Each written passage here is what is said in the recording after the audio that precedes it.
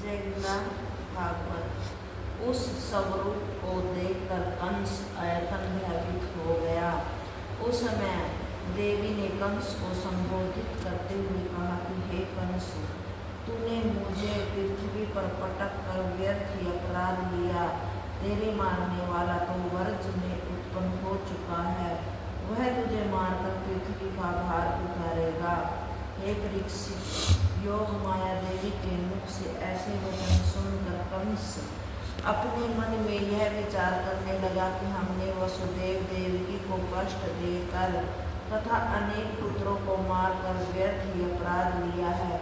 अब मैं अपना दुख किससे कहूँ, यह सोचकर कंस वसुदेव के पास पहुंचकर उनकी हथकड़ी बेड़ी काटने के उपरांत इस प्रकार कहने लगा कि हे वसुदेव, मेरे समान पापी संसार में अन्य कोई नहीं है। मैंने अपने निःसंग शरीर की रक्षा के लिए तुम्हारे 6 पुत्रों को मारकर अपराध लिया है, तो भी मेरा काम नहीं बना। जिन देवताओं ने यह कहा था कि देवकी के 8वें गर्भ से पुत्र होगा, वे भी झूठे सिद्ध हुए।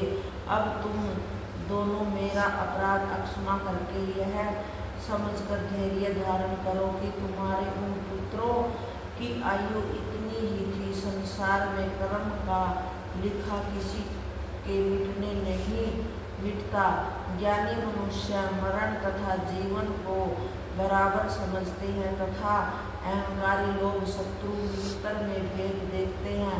सच पूछा जाए तो यह आत्मा अमर है, इसका कभी विनाश नहीं होता। वसुदेव ने कंस से इस प्रकार कहा कि हे राजन, तुम्हारा कथन सत्य है।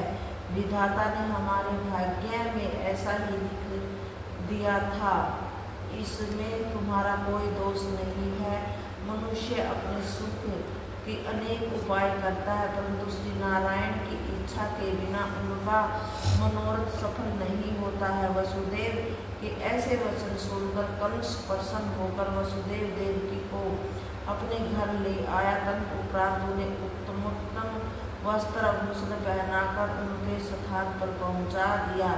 वसुदेव देवकी ने घर पहुंचकर ब्राह्मण तथा याचकों को वो वस्त्र, अन्न तथा धन आदि का बहुत सा दान दिया। हे परीक्षित, इस घटना के दूसरे दिन कंस ने राजसभा में बैठकर अपने मंत्री राक्षसों से कहा कि हे साथियों, हमें देवी ने यह बताया है कि तेरे मारने वाला अयतन उत्पन्न हो चुका है। देवताओं ने हमसे यह झूठ कहा कि देवकी के गर्भ से उत्पन्न 8वां बालक तुम्हारी मृत्यु का कारण बनेगा। अतः अब तुम लोग देवताओं को मार डालो। कंस के ऐसे वचन सुनकर तृणावर्त, प्रलंब आदि राक्षसों ने कहा कि हे दया निधान देवता, लोग तो जन्म से ही दरिद्र है, उन्हें मारना क्या कठिन बात है। ब्रह्मा 8 पहर पूजा पाठ में लगे रहते हैं तथा शिव जी लीलावत में रहकर पार्वती के साथ भोग विलास में मगन रहते हैं। इंद्र में इतनी शक्ति नहीं है कि वह आपका सामना कर सके। नारायण भी क्षीर सागर में रहकर लक्ष्मी के साथ रहते हैं, अतः वे क्या युद्ध करेंगे। तथा कंस ने कहा कि नारायण ने ही हमें मारने के लिए कहीं अवतार लिया है, अब मैं उसे कहाँ पाऊँ ताकि युद्ध करके मार सकूँ। राक्षस बोले, ये पृथ्वीपति, इस बात का पता नहीं चल रहा है कि आपको मारने वाला बालक कहाँ उत्पन्न हुआ है। अतः इन 10 दिनों में जहाँ कहीं भी बालक उत्पन्न हुए हैं, उन सबको मार डाला जाए। ऐसा करने से वह बालक भी कहीं न कहीं अवश्य मारा जाएगा, या फिर जितने ब्राह्मण तथा ऋषि मुनि हैं उन सबको मार डाला जाए, क्योंकि ऐसा करने पर नारायण उनकी सहायता के लिए प्रकट होंगे, तब हम उन्हें मार डालेंगे। परीक्षित, अपने मंत्रियों की यह सम्मति कंस को पसंद आ गई। उसने ब्राह्मण, मुनि, ऋषि तथा छोटे बालकों को मारने की आज्ञा दे दी। उस समय राक्षस लोग हरि भगत तथा छोटे बालकों को ढूंढ ढूंढ कर मारने लगे। हे राजन, साधु महात्माओं को कष्ट पहुँचाने से मनुष्य का धन धर्म आयु तथा बल क्षीण हो जाता है। इन अत्याचारों के कारण राजा कंस के पूर्व जन्मों का पुण्य भी नष्ट हो गया है। श्री सुखदेव जी बोले कि हे परीक्षित, जब वसुदेव श्री कृष्णचंद्र जी को यशोदा के पास सुलाकर गोकुल से लौट आए, तब यशोदा ने नींद खुलने पर उस बालक को देखा और नंद जी को बुलाकर यह कहा कि तुम्हारे पुत्र उत्पन्न हुआ है। तत्पश्चात नंद यशोदा ने देव विधि से नांदीमुख श्राद्ध करके ब्राह्मणों तथा याचकों को दान दिया। इस मंगलमय समाचार को सुनकर सभी गोपी ग्वालों ने अपने अपने घर मंगलाचार किए तथा ब्राह्मणों तथा गो आदि का दान दिया। प्रातःकाल नंद ने ज्योतिषों को बुलाकर जब बालक के ग्रह आदि के संबंध में पूछा तो उन्हें यह उत्तर दिया कि हे नंदराय, यह बालक राक्षसों को मारकर पृथ्वी का भार उतारेगा तथा गोपीनाथ नाम पाएगा। यह सुनकर नंद जी ने अत्यंत प्रसन्न होकर 2 लाख गौ, मणि तथा रतन, 7 भार तिल तथा सोने चांदी के घोड़ों में दूध, दही, घृत आदि भरवाकर ब्राह्मणों को दान दिया। इसके अतिरिक्त ज्योतिषों तथा याचकों को भी इतना दान दिया कि फिर उन्हें कोई इच्छा शेष न रही। नंद जी ने अपने द्वार पर रतन जड़ित चौकी पर बैठकर मंगलामुखियों को नृत्य कराया तथा उन्हें मुंह मांगी वस्तुएं देकर विदा किया। तंत उपरांत सब गोपी ग्वाल मिलकर उत्तम वस्त्र आभूषणों को पहने, गाते बजाते, दही हल्दी छिड़काते, थालों में मेवा आदि भरकर नंदराय जी के यहाँ दवा लाए। जब गोपियों ने यशोदा जी से कहा कि हे यशोदा रानी, तुम हमें अपने लाल का मुंह दिखाओ, तो यशोदा ने प्रसन्न होकर श्री श्याम सुंदर का मुख खोलकर उन्हें दिखाया। उस समय श्री कृष्णचंद्र जी की सावली सूरत मोहनी मूर्त देखकर सभी ब्रज बालाएं ठगी सी मोहित खड़ी रह गई। फिर आशीर्वाद देते हुए इस प्रकार कहने लगे कि हे नंद रानी, तुम्हारा यह बालक लाखों वर्ष तक जीवित रहे। उस दिन गोकुलवासियों ने अत्यंत प्रसन्न होकर ऐसा दही का दी खेला कि गली बाजार सब जगह दही दही ही भर गया।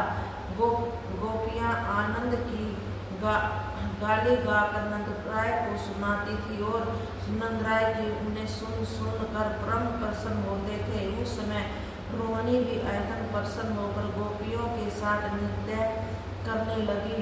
उस शोभा को देखने के लिए सभी देवता विमान पर बैठकर आकाश में घिर आए और उन पर पुष्प वर्षा करने लगे। अप्सराएं नाचने लगी तथा किन्नर गंधर्व आदि बाजे बजाते हुए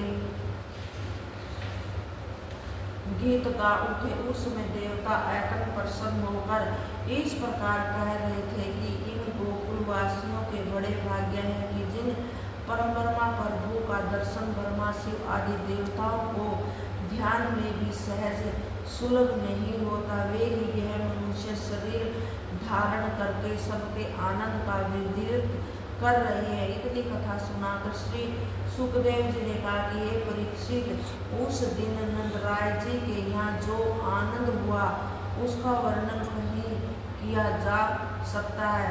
नंद के ने सभी गोपी ग्वालों को सुंदर भोजन कराए तथा उत्तम उत्तम वस्त्र आभूषण पहनाकर सभी को मनोकामनाएं पूर्ण की। हे परीक्षित, उन्हीं दिनों कैलाशवासी श्री शंकर जी परम ब्रह्मा प्रभु श्री मुरली मनोहर का दर्शन पाने के लिए योगी रूप बनाकर नंदराय जी के द्वार पर भिक्षा मांगने के बहाने आ पहुँचे।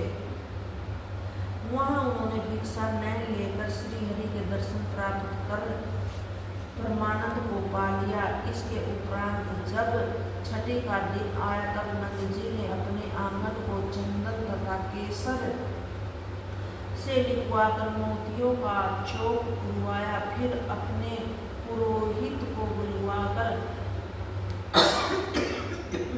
कुल रीति अनुसार पूजन किया। उस समय यशोदा जी आनंद कंद श्री ब्रज चंद्र जी को पीला कुर्ता तथा पीली टोपी पहनाकर आभूषणों से अलंकृत कर गोद में ले पूजा के लिए बैठी।